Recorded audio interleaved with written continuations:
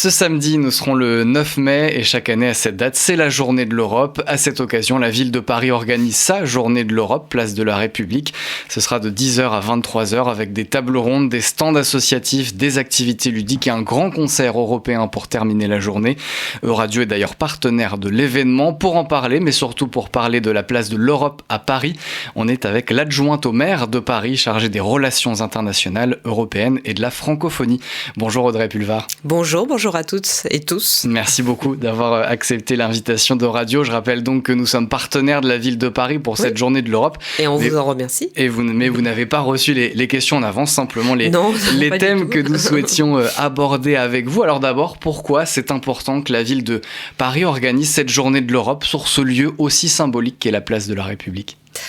Écoutez, d'abord c'est très important parce que Paris a toujours été attaché à la construction européenne, que cette journée de l'Europe, on la célèbre chaque année avec beaucoup d'enthousiasme, voire de ferveur, parce que, j'hésite pas à parler de ferveur, parce qu'effectivement il y a aujourd'hui, me semble-t-il, plus que par le passé, finalement, la nécessité impérieuse de défendre la belle idée de l'Europe, de l'Union européenne.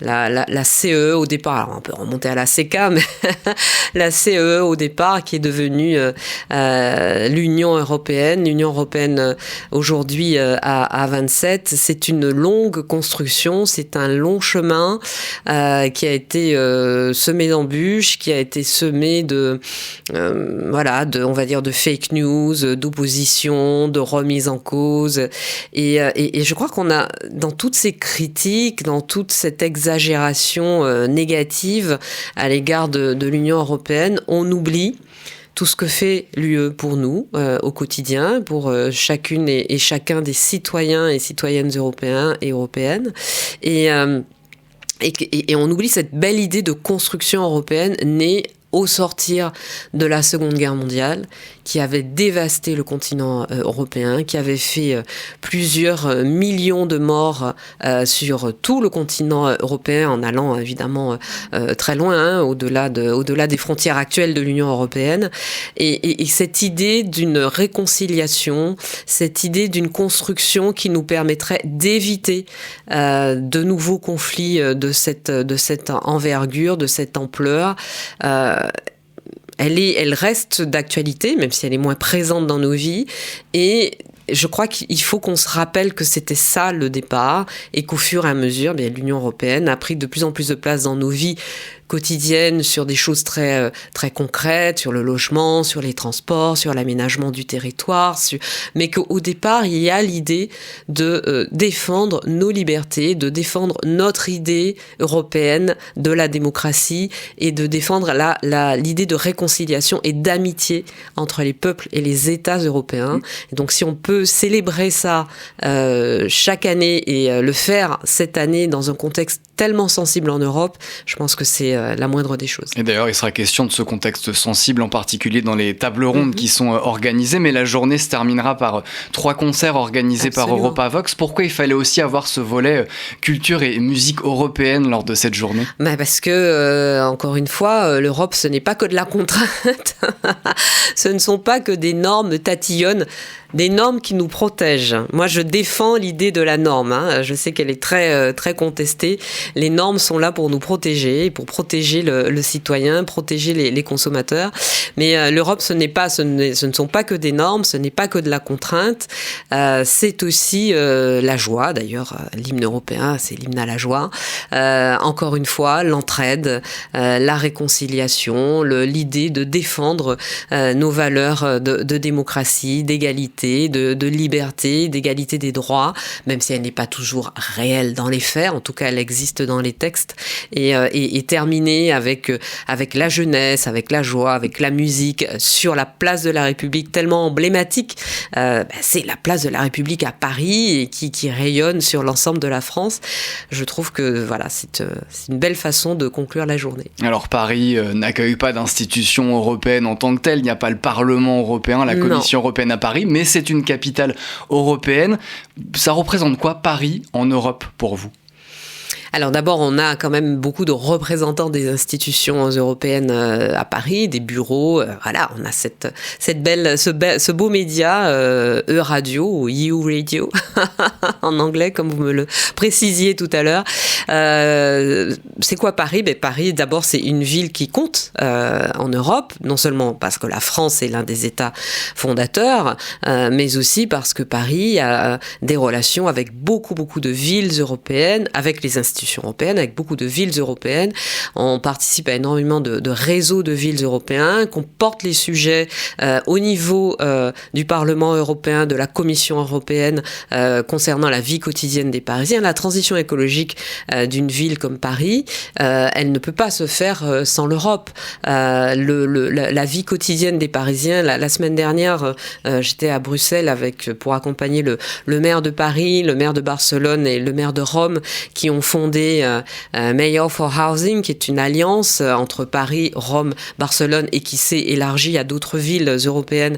Donc une alliance de villes qui porte le plaidoyer pour que l'Union européenne finance plus directement via les villes la rénovation énergétique du bâtiment, la création de nouveaux logements, mais aussi la réglementation anti-plateforme de location de courte durée, et puis la lutte aussi contre la vacance des logements dans les villes, tous ces éléments, ces paramètres qui font qu'aujourd'hui, beaucoup de villes dans le monde, et singulièrement en Europe, et c'est le cas de Paris, font face à une crise très profonde du logement, mais une crise massive du logement.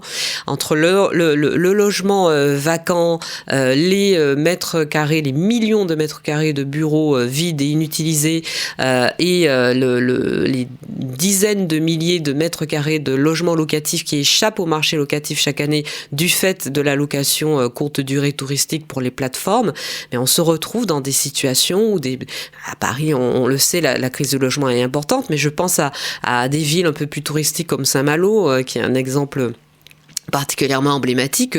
Aujourd'hui, les Malouines et les Malouins ne peuvent pas se loger à Saint-Malo parce que le logement échappe complètement à celles et ceux qui habitent sur place et qu'il est réservé à de la location touristique de courte durée, etc.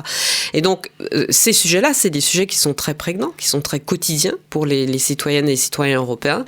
Et les villes ont leur mot à dire. Les villes peuvent peser dans la discussion, dans la négociation. On est en ce moment en train de discuter, de négocier la prochaine directive financière européenne pour les années 2028 à 2034, et les villes veulent peser dans la discussion.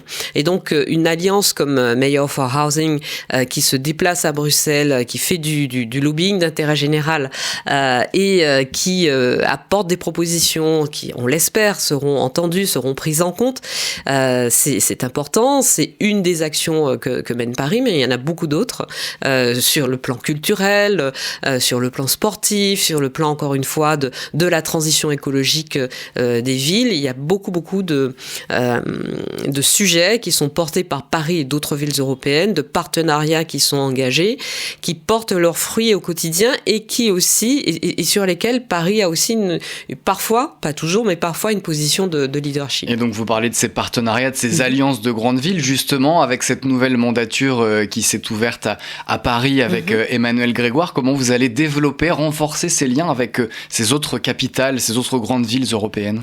Alors, il y a un sujet en particulier qui préoccupe le maire de Paris et une mission qu'il m'a confiée.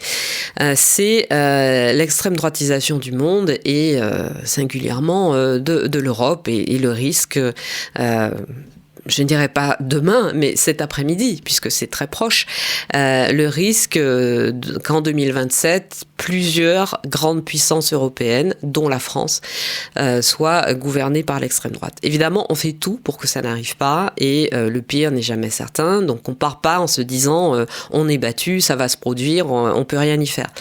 Mais quand même, on se prépare. Et donc se préparer, ça veut dire quoi ? Ça veut dire travailler avec d'autres villes européennes, et c'est ce que m'a demandé précisément le maire de Paris, travailler avec d'autres villes européennes et d'autres villes dans le monde, réfléchir ensemble, échanger, partager nos expériences, réfléchir ensemble à une façon de garantir les droits des villes, les droits des citoyennes et des citoyens pour que nos villes soient de vraies villes refuges. Elles le sont déjà pour beaucoup, dans des dispositifs très précis. Je parlais des artistes tout à l'heure, de la culture. Avec le réseau ICORN, par exemple, on héberge des artistes persécutés dans leur pays qui viennent trouver refuge dans plusieurs villes d'Europe. Et puis il y a d'autres dispositifs qui existent.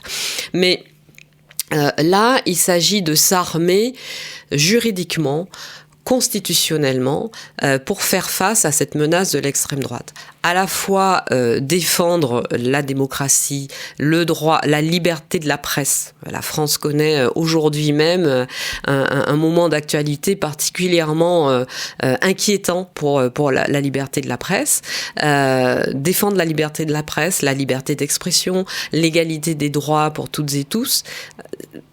Oui, sur le papier, tout ça est inscrit. On est dans des démocraties, on a la liberté de vote, la presse est libre, etc. Tout ça nous semble très naturel, comme l'air qu'on respire, jusqu'à ce qu'on vous coupe la respiration. Et là, brusquement, vous vous rendez compte que c'était pas si évident et si banal que ça, le simple fait de pouvoir respirer. Eh bien, le simple fait de voir ces droits garantis par des textes et de pouvoir se retourner vers le juge pour que ces droits soient défendus, même si, encore une fois, dans la pratique, ça ne fonctionne pas toujours, mais en tout cas, le cadre est posé, ça ne va pas de soi.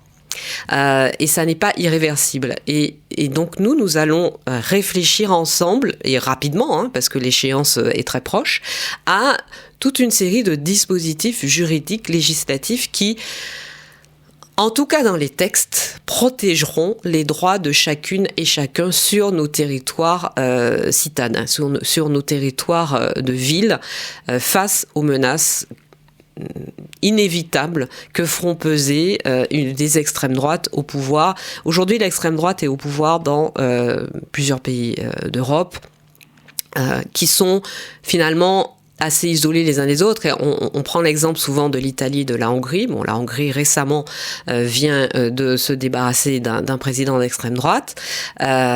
L'Italie est gouvernée par l'extrême droite et je sais beaucoup disent ah oui mais Madame Meloni finalement ça va, ça se passe plutôt bien.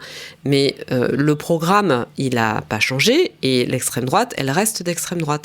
Aujourd'hui Madame Meloni semble un peu isolée. Si elle devait appliquer réellement un programme jusqu'au boutiste d'extrême droite, elle serait assez isolée. Mais demain, s'il y a 2, 3, 4 grandes puissances européennes qui sont dirigées par l'extrême droite, ça change la donne.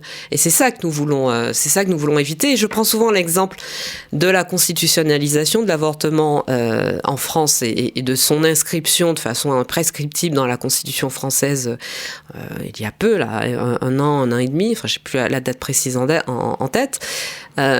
Quand on l'a fait, quand la France l'a fait, certains ont dit oui, mais bon, ça va, le droit à l'avortement en France, il est garanti, il est libre, il n'est pas remis en cause, aucun parti politique ne le remet en cause. Pour le moment. Et le fait de l'avoir constitutionnalisé et de l'avoir protégé dans notre Constitution de façon très, très forte et très solide, au point qu'il faudrait 2/3 du Parlement, une majorité de 2/3 du Parlement pour le remettre en cause. Eh bien, c'est ce type de dispositif qu'il nous faut mettre en place pour d'autres droits fondamentaux qui permettront de au moins se dire qu'à moins d'un renversement total de notre démocratie, ces droits-là seront garantis. À l'occasion de la Journée de l'Europe organisée ce samedi 9 mai, place de la République à Paris, Euradio reçoit Audrey Pulvar, adjointe au maire de Paris, chargée des relations internationales européennes et de la francophonie. Alors, on a aujourd'hui plusieurs rues de Paris qui portent le nom de personnalités qui ont contribué à la construction européenne.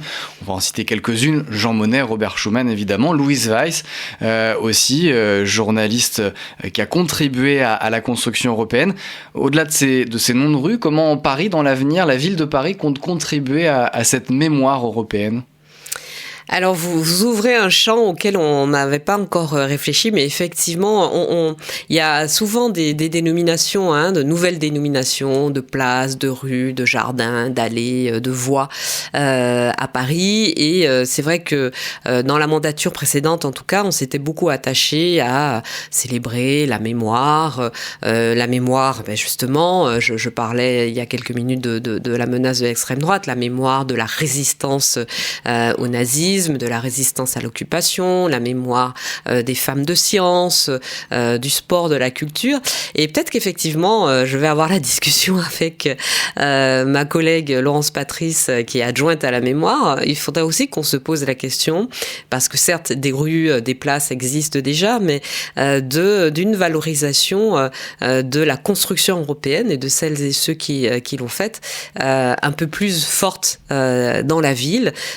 Paris, a déjà plusieurs dispositifs pour valoriser la construction européenne. Et bien sûr, la journée de l'Europe, mais qui se déroule sur tout le continent européen.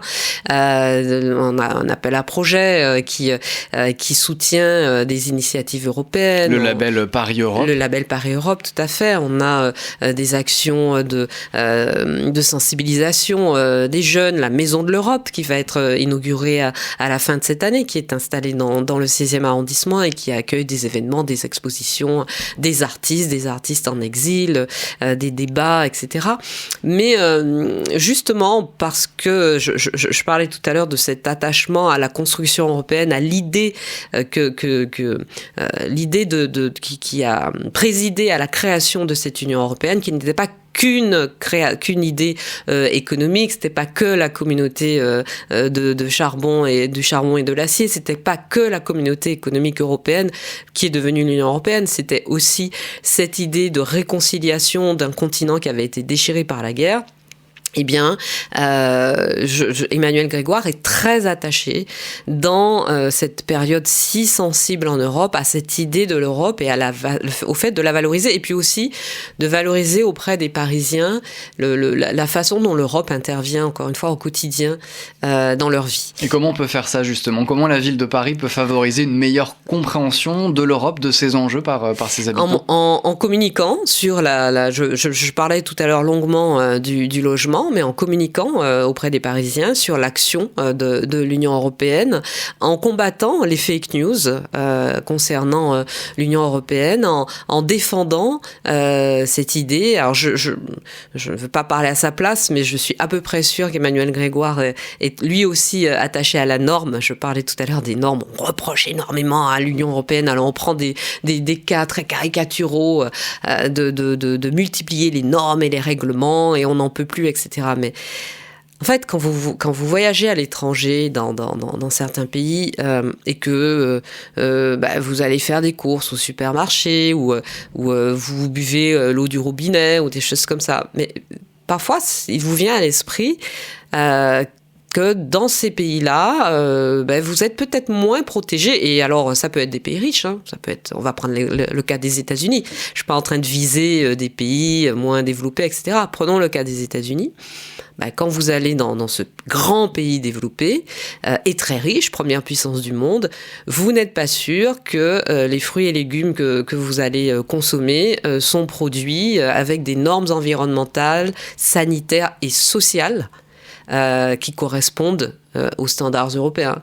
Vous n'êtes pas sûr que l'eau que vous buvez soit soumise aux mêmes normes sanitaires que dans la plupart des pays européens. Vous n'êtes pas sûr que les médicaments que vous achetez au café, au tabac du coin ou à la pharmacie sont soumis aux mêmes normes. Et la norme, en fait, européenne, elle est là pour protéger la citoyenne et le citoyen. La norme qui a permis, par exemple, de rendre moins onéreuses les communications téléphoniques quand on se déplace avec son téléphone portable en Europe et qu'on laisse ses données cellulaires activées, ça a permis à beaucoup de gens qui voyagent en Europe, et on est nombreux, de ne pas avoir des factures téléphoniques astronomiques. Il y a 15 ans, c'était au bout de 5 minutes, c'était plusieurs milliers d'euros. Aujourd'hui, vous vous déplacez en Europe sans même vous rendre compte que votre forfait téléphonique a changé d'opérateur, parce qu'il y a des normes européennes qui sont passées par là. Et donc, il faut se dire que l'Union européenne, elle change des choses, elle améliore nos vies aussi dans des compartiments très précis, très concrets de la vie quotidienne. Et on le sait, Paris, c'est aussi traditionnellement une terre d'accueil pour les Européens, pas seulement pour les Européens, mais notamment pour les Européens. Comment favoriser leur intégration à Paris de ces Européens qui viennent s'installer à Paris? On se pose... Alors, à Paris, on avait, jusqu'à la mandature précédente, un conseil parisien des Européens qui se réunissait régulièrement. Nous sommes en train de réfléchir à comment l'améliorer, le transformer, le rendre encore plus efficient. On va voir dans quelle mesure on le reconduit et sous quelles conditions. Mais c'est vrai qu'on s'est posé la question pendant la campagne, et cette réflexion est encore en cours, d'une sorte d'accueil, de point d'accueil. Alors, on a déjà à Paris des dispositifs notamment numériques d'accueil des Européens, mais peut-être quelque chose de plus visible. Alors, je parlais de la Maison de l'Europe tout à l'heure, mais quelque chose de plus visible et de plus factuel et concret sur, je suis un citoyen européen, j'arrive à Paris, quelle démarche je dois faire, si je veux m'installer à Paris, quels sont les papiers à rassembler, à quoi ai-je droit, est-ce que j'ai le droit de travailler, dans quel secteur, est-ce que j'ai le droit de vote, pour quelle élection, etc. Il y a sans doute un travail d'information à faire à l'endroit de l'ensemble des Européens qui viennent à Paris. En tout cas, tous les Européens, toutes les Européennes sont invités à venir samedi, donc le 9 mai, place de la République, pour cette journée de l'Europe. Ça commence à 10h, les concerts, eux, commencent à 18h30. On peut retrouver tout le programme sur paris.fr. Merci beaucoup, Audrey Pulvar, adjointe au maire de Paris, chargée des relations internationales européennes et de la francophonie, d'avoir été avec nous sur Euradio aujourd'hui. Et puis je remercie également Louise Cambon qui m'a aidé à préparer cette interview. Merci à vous, Audrey Pulvar. Merci beaucoup.